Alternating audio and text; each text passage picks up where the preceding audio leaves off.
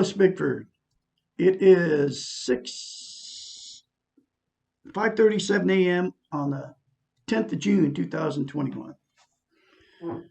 Now I quit drinking coffee, tea, and now I drink hot cocoa because, believe it or not, caffeine, I know there's a little tiny bit in chocolate, but nothing like tea or coffee. Uh, believe it or not, caffeine is a drug because it's a stimulant, okay?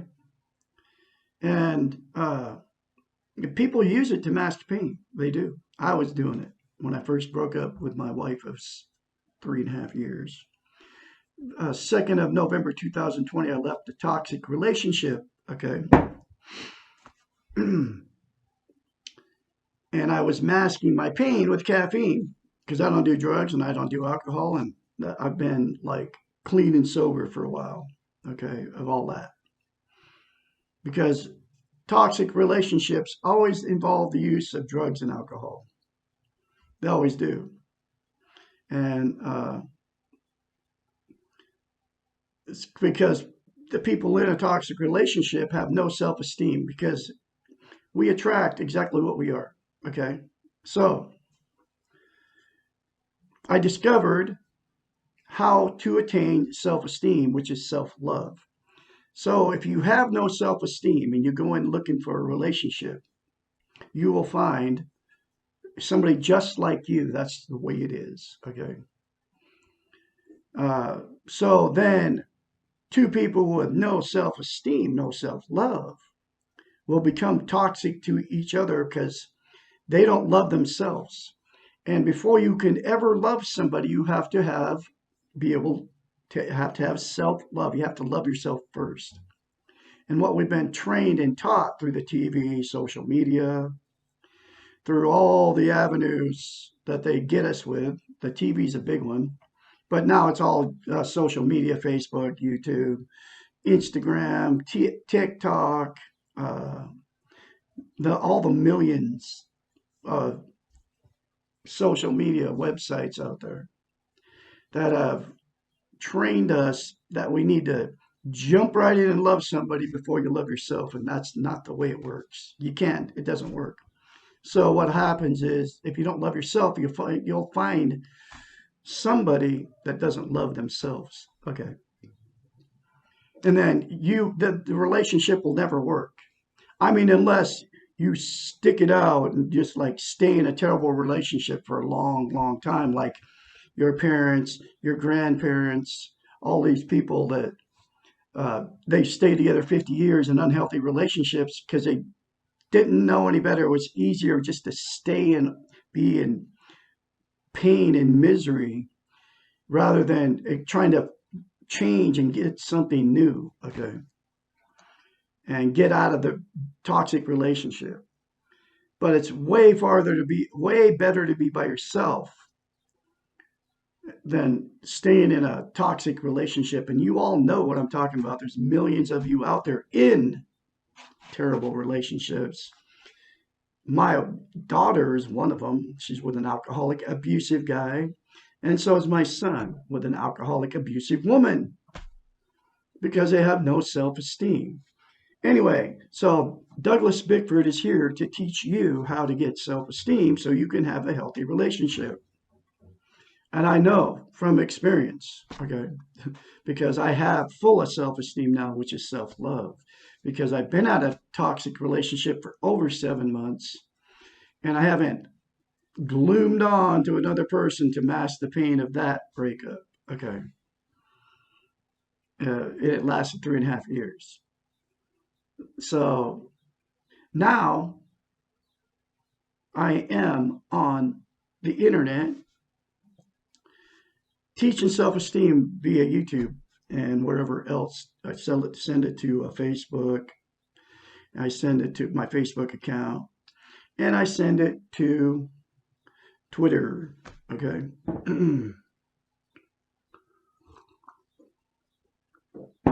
Anyway, so here's the simple concept to teach yourself self-esteem, to start the process.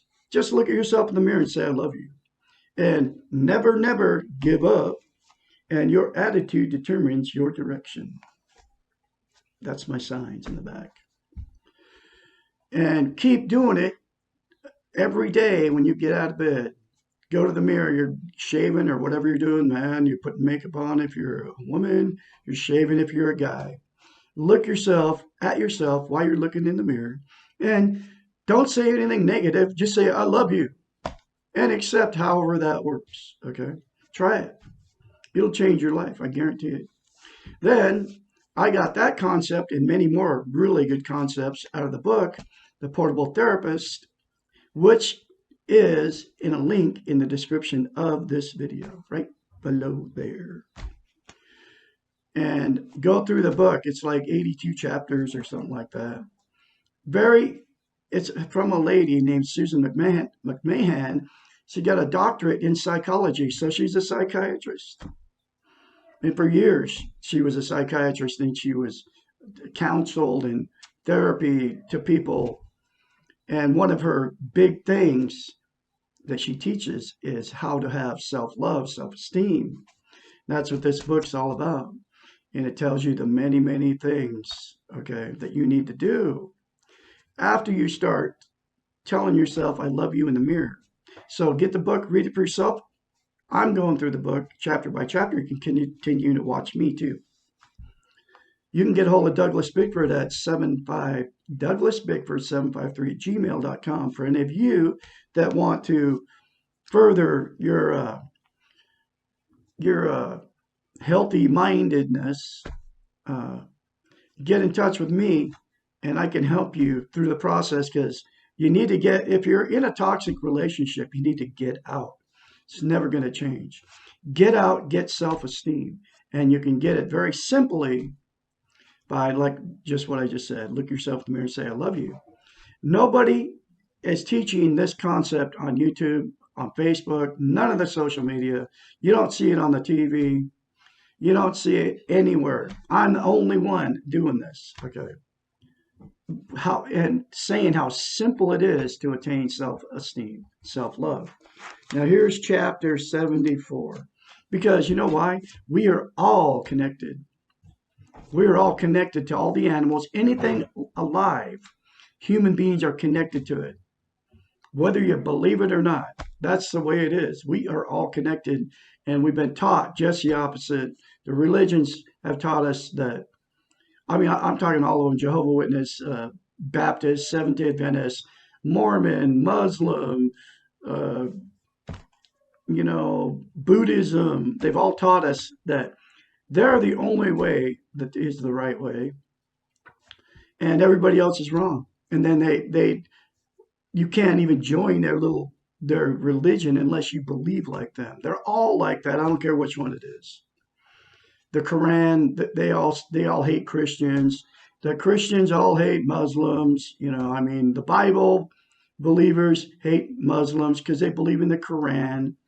And the Muslims hate the Christians. The Christians hate the Muslims. The Mormons hate the Jehovah's Witnesses. Jehovah's Witnesses hate the Christians. Christians hate everybody that doesn't believe that, just Jesus, right? Mormons believe Joseph Smith and God and Jesus, they met in 1870, right? Or something like that. And Jesus gave Joseph Smith golden plates, right? Well, suddenly but the golden plates are nowhere to be found, okay? Just like Moses going up on the mountain and getting the 10 Commandments etched in stone, right? You all seen the movie. You know what the Bible says. What the heck happened to those things, right? That were etched in stone by God. Kind of like the ark, Noah's Ark. They've never found it. People say they found it up on Mount Ararat or wherever it is, but nobody's ever walked up there and taken a chunk off the ark or whatever. But anyway, that's religion. Okay, and that's how they do it to us. The Bible versus the Jehovah's Witness Bible, versus the Mormon Bible versus the Quran. You know what I mean? So that's how they've duped us. Okay. But we are all connected. That's come from Douglas Bickford, and that's the truth. And you can all get connected by saying, I love you in the mirror.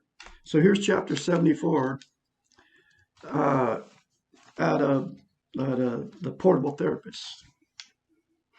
What is wrong with putting others first? The popular name for the behaviors involved in putting others ahead of ourselves is called people-pleasing. This term accurately describes what we are doing when we elevate the needs of others above our own needs. If indeed we do need others, what is wrong with sacrificing ourselves to them? Why can't we please others and try to make them happy? The answer to these questions is again a matter of degree. Sometimes we can choose to sacrifice what we want or need for someone else. Sometimes we can try to please others. The key word here is sometimes, but not all the time. Most people pleasers are involved in chronic activities of taking care of others. They have never learned to do the same activities for themselves, and they wait and hope for others to please them. This is the danger of putting others first consistently.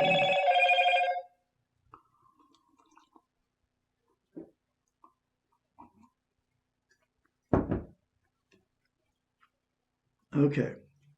Our Western model and most religions have taught us, do unto others as you would have them do unto you.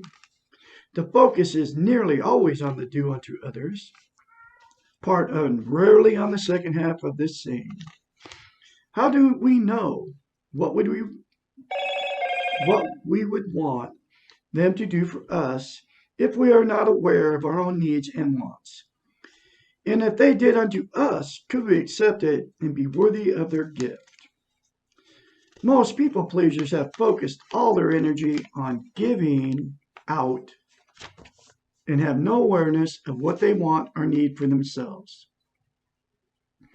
They're hoping that someone else will read their minds and know what is the right thing for them.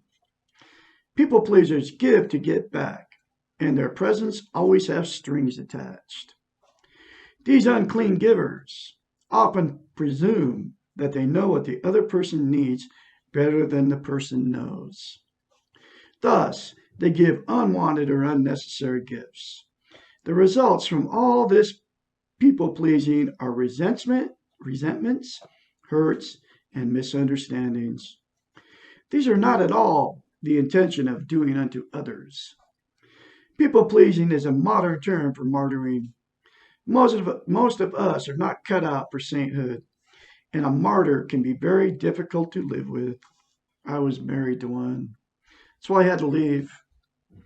I mean, it was obvious I didn't know anything about anything when I was in that relationship for 3.5 years. I just felt there was something wrong. I couldn't figure it out. And it all blew up one day when she threatened to kill my cat. Okay, which his name's Bullseye. Picked him up, her and her mother. Okay, and it was over something. My cat scratched her mother in the face, but she was bending over, breaking up a cat fight. I had 7 cats. She was breaking up a cat fight with a cane. I watched her do it before. And Bullseye, she didn't like Bullseye because he always messed with her cat. So she was hitting him with a cane, trying to break up the cat fight. He was probably in a fight with her cat, right? Cats fight all the time. That's the way it is. You can't get in the middle of a cat fight. You get scratched, okay? Because anyway, just defended himself. She bent over with her cane, and he reached up and scratched her like 4 times in the face. Didn't hit, not a big deal, right? Didn't hit her eye or nothing, but that caused her to lie to me and my wife about it, say that my cat absolutely jumped up off the floor for no reason and attacked her. So then my wife believed it, jumped on the bandwagon. They both started attacking me. This happened on the 1st of November, 2020. They both started attacking me. They're going to kill my cat. They're going to get rid of him. And it was my final, I couldn't say no to her for 3.5 years about anything. That's what she had already killed 2 of my cats. Took a gun to shot one of them, okay, in the back of the head, and then let the other one go out at night. Forced me to let my cats go out at night. My other one got killed by a predator. I have no idea. So her name was Sally. His name was Bear. But I've replaced both those cats. I have another Sally, same color. I have another black cat, which is what Bear was. And I named them both Bear and Sally. So I have both of my cats back. It's not the same ones, but I've grieved over the loss. It was a terrible thing, but we all have to face that life is pain, and that's the way it is. And there's nothing you can do about it. We have to go forward, even though that terrible stuff happens. But anyway, it was my final no. I said, "You're not killing my cat." I took my cats, all the rest, 3 of them.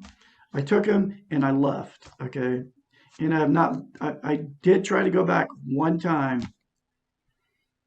Uh, One time I tried to go back twice actually after I left, and then the first time, nope, you're not coming back. You're there's something wrong with you. She was telling my daughter I was crazy and all this stuff, right? Because I didn't want to let her kill my cat.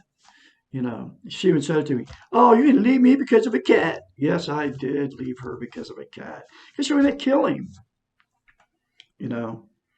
So I was fleeing for my cat's life. And then I tried one more time 2 weeks later to try to go back. I said, "No, my mom needs me." It was the best thing that ever happened because I got out of it and I haven't looked back since. No contact, haven't talked to her or anything because that's what you got to do when you get out of a toxic relationship. But anyway, she was a people pleaser, just like that. And that was the final no that I said to her because I was a never say no to her because she was really beautiful and I didn't want I wanted to make the marriage work. I didn't want to fail another marriage. But the reason I even got in it was because I didn't have any self-esteem. That's why I'm on YouTube today teaching self-esteem. I will never ever put myself back in that position again. The next relationship I have with a woman will be a healthy one. People pleasing is a modern term for martyring. Most of us are not cut out for sainthood. And a martyr can be very difficult to live with. Paradoxically, the true saints gave because they wanted to give. They gave ultimately for themselves. They were practicing self-esteem at a higher dimension. They fulfilled their own desires and moved out of worldly concerns. Most saints were not aware nor concerned with their saintliness. They were following a higher calling. People-pleasing, putting others first, is the opposite of saintliness. People pleasers are all too aware of what they're doing, and they're doing it in a self-centered manner. They are giving in order to get their own needs met by others. If you're with one, get out, because they're never going to change, whether it's a man or a woman. By putting others first, they're hoping to get love, respect, adoration, security, acceptance, etc. back from those they're giving to. None of these things can be bartered or bought. By putting others first, people pleasers are relinquishing their own rights and responsibilities along with the gifts they give. Putting others first is a present you give to them. As with all presents, it is only meaningful if you, the giver, want to give the gift with no ulterior motives. This is the only good reason to give a present. It is of no consequence what the receiver does with the gift. The reason for giving is to bring joy to you, the giver, and that is enough. Taking care of others is a very large gift to give. Only do it when you are sure that there are no strings attached. Again, the exception is small children. Take care of them even when you do not want to. They are not responsible for being in your care. They have no other options, cannot take care of themselves. Another exception would be others who are dependent on you due to illness or handicapping conditions. Although there may be other options available for their care. Animals also are vulnerable to the people who own them. And that was what my wife did to my cats. She forced them to go out at night. And I would say, no, they're not going out at night. I couldn't say no to her. I let her happen to my cats that I brought into the marriage, right? 6 of them. And she said, nope, they're going outside at night. And I lost one of them because of it. Okay. The only way you can give gifts without strings is first to take care of your own needs. That's where self-esteem comes in, self-love. In order to do this, you must put yourself first. You must recognize what you need and want, and you must do the work to meet your own needs. Exactly what I've been doing for over 7 months. You cannot take care of yourself and also people please at the same time. Besides, once you start taking care of yourself, you will find your need to please others will disappear. When you like yourself, you will want others to like you for what you are and not for what you do for them. By satisfying your own needs, your ulterior motives for giving will no longer be important. Perhaps all of this will be more clear if we turn the saying around. Do unto yourself as you would have others do unto you.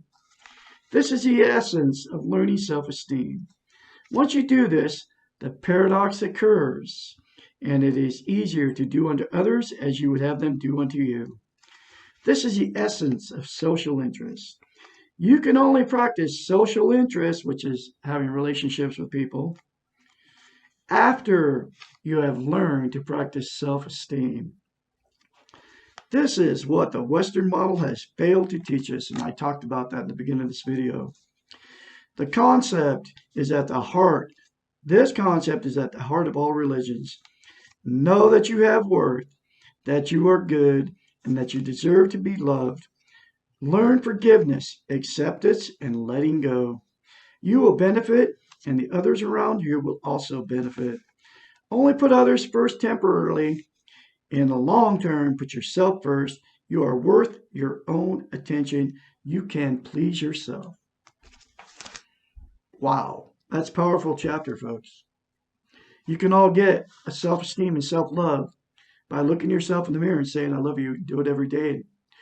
I recommend don't tell anybody you're doing it because they will make you not do it by criticizing you for doing it. And then you'll say, oh, some guy on the internet told me. Then they'll say, oh, he's evil. He doesn't know what he's talking about. Who is he?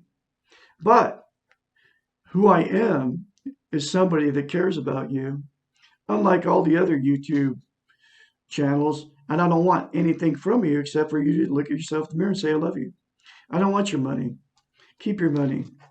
Use your money for something good, except don't give it to YouTube channels buying their mugs and t-shirts and all that stuff, right? Anyway, continue to watch Douglas Bickford. Share, like, and sub me. These very important, life-changing videos. I'll have more later for you. I'll have a great day out there.